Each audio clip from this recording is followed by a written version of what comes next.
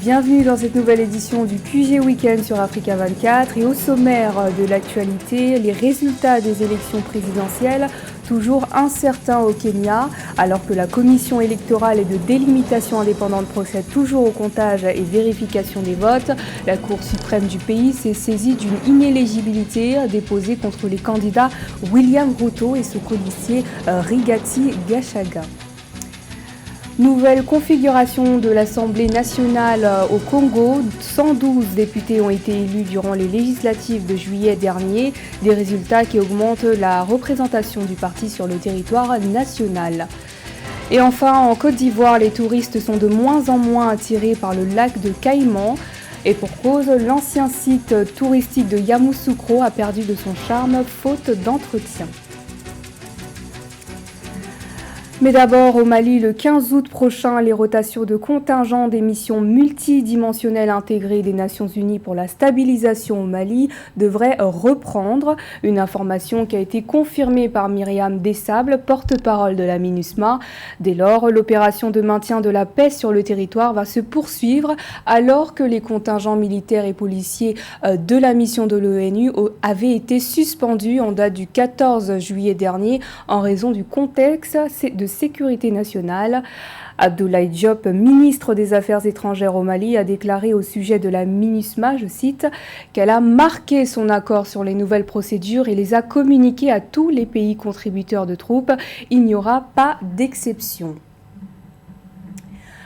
Je le disais donc en titre, le dépouillement des votes se poursuit au Kenya alors que les Kenyans sont passés aux urnes le 9 août 2022. La commission électorale et de délimitation indépendante procède toujours au comptage et vérification des votes. Les résultats ne sont que partiellement officiels, d'autant plus que la Cour suprême s'est saisie d'une inéligibilité déposée contre les candidats William Ruto et son colistier Rigathi Gachagua. Et pour cause, l'intégrité de ce dernier est remise en cause par les plaignants depuis le 8 août. Les détails nous sont donnés par Nathalie Mou. La Cour suprême du Kenya s'est saisie d'une requête en inéligibilité déposée contre le biais William Ruto et Rigathi Gachagua, candidat à la présidentielle. Le 12 août 2022, l'instance judiciaire a décidé de statuer sur une pétition signée par 11 leaders politiques, parmi lesquels Johnson Sakaja, candidat au poste de gouverneur de Nairobi. Depuis le 8 août 2022, les plaignants ont pointé le manque d'intégrité de Rigathi Gachagua. Il a été reconnu coupable de corruption en juillet 2022 et condamné au remboursement de 202 millions de shillings. Cette plainte déposée à la veille de la publication des résultats au Kenya a tout l'air d'une instrumentalisation de la justice en vue d'éliminer un ticket potentiellement élu ou disons éventuellement qui a beaucoup de chances d'être élu. Donc le timing choisi est très mauvais, mec. La commission électorale et de délimitation indépendante, l'IEBC et le parti Kenya Kwanza réclament que la Cour suprême classe cette affaire. Selon les deux organes, un procès en inéligibilité pourrait avoir des conséquences fâcheuses en cas de victoire de William Ruto et son colistier Rigathi Gachagua à la présidentielle. Il va être difficile au cas où Ruto Gachagua gagnerait. Il va être difficile d'entamer un mandat en traînant comme un boulet une réputation de sale corrompu. Dans un pays considéré comme démocratique, on ne va pas reprocher à un groupement de déposer plainte comme ils veulent par rapport à un dossier dont ils ont les éléments. La pétition a été déposée sous certificat d'urgence et demande à la Cour suprême de donner des directives d'ici le 26 août 2022. Cependant, l'IEBC doit publier les résultats de la présidentielle qui s'est tenue le 9 août 2022 dans un délai constitutionnel de 7 jours après le vote. Un constat douloureux du côté de la République démocratique du Congo. 60 civils ont été tués entre le 30 juillet et le 11 août dans le nord-est du pays et pour cause des violences armées qui ne cessent de s'intensifier sur le territoire. Une déclaration faite par le Bureau de coordination des affaires humanitaires des Nations Unies qui a également précisé, je cite, que plusieurs autres personnes ont été enlevées tandis que 38 500 personnes ont été contraintes de fuir leur domicile. Irumu est l'un des territoires affectés par les contraintes de sécurité qui ont pour conséquence de priver des milliers de personnes d'une aide humanitaire. Et au Congo voisin, 112 députés du Parti congolais du travail ont été élus lors des récentes élections législatives qui ont eu lieu en juillet 2022. Des résultats qui se veulent rassurants et qui confirment l'ancrage du parti sur le territoire national. Il élargirait ainsi son pouvoir de représentation sur 16 départements. Un nouvel exploit pour le PCT comparé aux élections législatives de 2017. Plus de précisions avec Deva Panzou. Avec 112 députés élus à l'issue des législatives de juillet 2022, soit 22 de plus qu'en 2017, le Parti congolais du travail a conforté sa position de leader sur l'échiquier politique national. Le parti au pouvoir a accru sa représentation dans les 12 départements de la République. Ce résultat renseigne aussi sur la manière dont le président de la République, Denis Sassou Nguesso, a été réélu lors de la présidentielle de 2021. Ce résultat vérifie notre ancrage sur toute l'étendue du territoire national, dans les 12 départements, dans les 86 districts, dans les 16 communes de plein exercice et de moyen exercice. Ce résultat aussi nous renseigne sur l'étroitesse de la relation avec la façon avec laquelle le président du comité central, le président de la République, Denis Sassou Nguesso, a été élu à 86,40%. Ainsi, la nouvelle configuration de l'Assemblée nationale ne réserve que 7 sièges à l'Union panafricaine pour la démocratie sociale, 7 sièges à l'Union des démocrates humanistes UKI, les deux principaux partis d'opposition. Les partis alliés du PCT, tels que le Mouvement Action Renouveau, qui a décroché 4 sièges, le Parti républicain libéral, le Club 2002 Pur ou le Rassemblement démocratique pour le progrès social, chacun crédité de 2 sièges, consolident la majorité absolue du camp présidentiel. Il n'y aura pas de grands bouleversements, toutes les lois vont être, qu'ils vont initier vont passer et l'opposition, entre guillemets, va rester dans sa situation avec la seule différence que cette fois-ci, l'UDH en tant que tel rentre avec 7 élus. Ce qui pourra à la limite changer, oui, il faut le souligner, c'est le fait qu'il y a quelqu'un qui a passé 5 ans à l'opposition extra-parlementaire, donc Mme Claudine Menari, qui cette fois-ci, après sa victoire à Moyondi, va donc réintégrer les jeux démocratiques. Le Parti congolais du travail a nettement amélioré son score par rapport aux législatives de 2017. Le parti au pouvoir a obtenu l'élection de 103 députés dès le premier tour et 9 au second tour en attendant le traitement des différents contentieux par la Cour constitutionnelle. Les Camerounais luttent contre la vie chère. Depuis la pandémie du Covid-19, le pays fait face aux conséquences économiques qui en résultent. Le Cameroun est notamment confronté à la hausse généralisée des prix sur les marchés. Dès lors, le gouvernement camerounais travaille à mettre en place de nouvelles mesures gouvernementales, surtout s'agissant de la stabilité des prix des produits pétroliers dans le pays. À ce propos, Séverin Douke nous donne plus de détails. Les autorités camerounaises parient sur la résilience de l'économie nationale pour relever les défis de la hausse généralisée des prix sur les marchés résultant de la crise sanitaire de Covid-19 et du conflit russo-ukrainien. Au chapelet des mesures gouvernementales à cet effet, une subvention de 480 milliards de francs CFA, soit une hausse de 360 milliards de francs CFA pour assurer la disponibilité, mais surtout la stabilité des prix des produits pétroliers au Cameroun.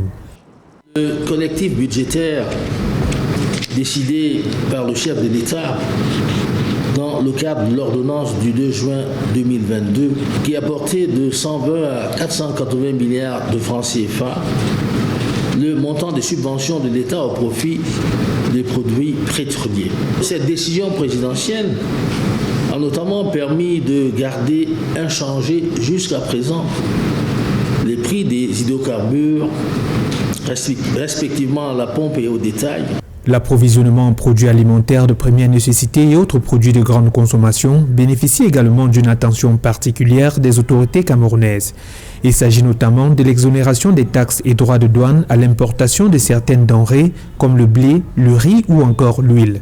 S'agissant des autres produits, le gouvernement a décidé d'un certain nombre de mesures d'accompagnement, au nombre desquelles l'exonération ou la réduction selon les cas des taxes et droits de douane à l'importation sur certains produits particulièrement visés par des risques d'inflation, notamment le blé, les produits ferreux, l'huile de palme brune, le riz, le poisson, les matériaux de construction, pour ne citer que cela. Pour améliorer les conditions de vie des Camerounais, le gouvernement envisage d'implémenter sa politique d'import-substitution pour parer à toute récidive, mais aussi de créer et consolider les conditions d'une résilience solide et permanente pour bâtir une économie viable, durable et compétitive. L'écomobilité se fait de la place sur les routes du Nigeria. Le Nigeria, qui est l'un des pays les plus pollués au monde, ambitionne de développer davantage des transports écologiques et à prix abordables afin de diminuer la pollution et de respecter son environnement.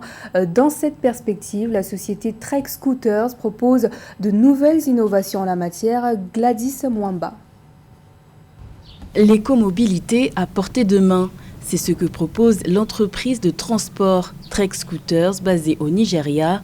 Les utilisateurs peuvent télécharger l'application sur leur téléphone portable, créditer leur portefeuille et suivre les instructions pour localiser et déverrouiller tout scooter à proximité. Alimentés à l'aide d'une batterie au lithium, ces véhicules à 2 roues sont configurés pour aller jusqu'à 20 km/h et peuvent être utilisés jusqu'à 6 heures avant d'avoir besoin d'être chargés. Écologique, ce mode de transport est aussi économique, avec un tarif de 5 cents pour déverrouiller la trottinette électrique et 2,5 cents pour chaque autre minute. Même si je suis en retard, je n'ai pas peur de la façon dont je vais effectuer les 10 minutes de trajet. Je préfère simplement me connecter avec mon téléphone et je serai là dans 3 minutes. Lancée en novembre 2021, la société Trek Scooters a été fondée et autofinancée par un groupe de 4 amis, après avoir constaté en vivant à l'étranger les avantages qu'offrait ce genre de véhicule. Ces jeunes entrepreneurs ont décidé d'exporter ce concept au Nigeria. Trek Scooter est notre bébé et nous sommes vraiment ravis d'être sur ce projet en ce moment, en particulier lorsque les alternatives de micromobilité au Nigeria ne sont pas propres. Nous voyons l'opportunité de rendre le transport propre et aussi abordable. Ce concept s'adresse principalement aux étudiants. Depuis le lancement, plus de 22 000 trajets ont été effectués avec les 50 scooters électriques opérationnels. Les initiateurs de ce projet planchent désormais sur l'expansion et le développement de ce concept, avec en tête de liste la sécurité. Des casques devraient prochainement être mis à disposition des utilisateurs de Trek Scooters. Le lac aux Caïmans perd de son charme d'année en année. Situé à Yamoussoukro, capitale politique de la Côte d'Ivoire, le lac aux Caïmans a été construit sous la présidence de l'ancien premier chef d'État Félix Houphouët-Boigny il y a 28 ans. Bien qu'il ait été pendant longtemps un site touristique, son défaut d'entretien ne cesse de dégrader le lac. Joël Ballot nous en dit davantage. J'aime les Caïmans, je viens visiter les Caïmans. Autrefois principale source d'attractions touristiques, le lac aux Caïmans de Yamoussoukro, en Côte d'Ivoire, a perdu de sa superbe.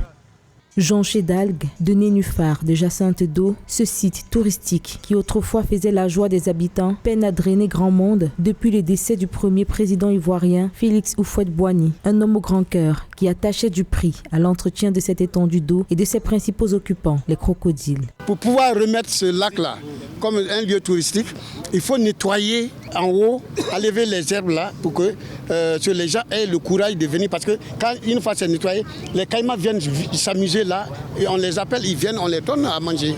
Aujourd'hui, avec une population dominée à 77% par des jeunes de 15 à 35 ans, peu sont ceux qui ont connu les beaux jours du lac aux Caïmans de Yamoussoukro. Le lac aux Caïmans, ça a été une institution, une fondation du président Félix Houphouët-Boigny depuis très longtemps. Et les caïmans sont là. Lorsque le président veut voyager, souvent il vient, il visite ses caïmans au moment de partir. Et puis bon, c'est comme ça. Hormis le décès de Félix Houphouët-Boigny il y a 28 ans, le départ brutal il y a 10 ans de Diko Toké, dompteur des caïmans, dévoré par ses sujets, a également contribué à la dégradation progressive du lac aux Caïmans, l'un des pôles d'attraction de Yamoussoukro. Pour le cas de celui qui les nourrissait, est passé par les fers, il n'a pas fait exprès, il est tombé. C'est là maintenant, les caïmans l'ont vu comme si c'était un animal. Mais ils ne l'ont pas bouffé, hein. Ils l'ont tué et puis ils l'ont laissé. Malgré cette série noire et le manque d'entretien, le lac aux Caïmans attire toujours du monde. Plusieurs étendues d'eau artificielles ont été créées sous le règne de Félix Houphouët-Boigny. Aujourd'hui, peu ont survécu au changement climatique. Bon, si tu as quelque chose et qu'ils peuvent manger, de la viande, de la chair, les jettent, ils sortent et puis bon, tu les vois. À partir de 16h comme ça, les caïmans sont très nombreux. La revalorisation des plans d'eau artificiels, à l'image du lac aux Caïmans, par le gouvernement, pourrait redonner à Yamoussoukro son prestige d'antan.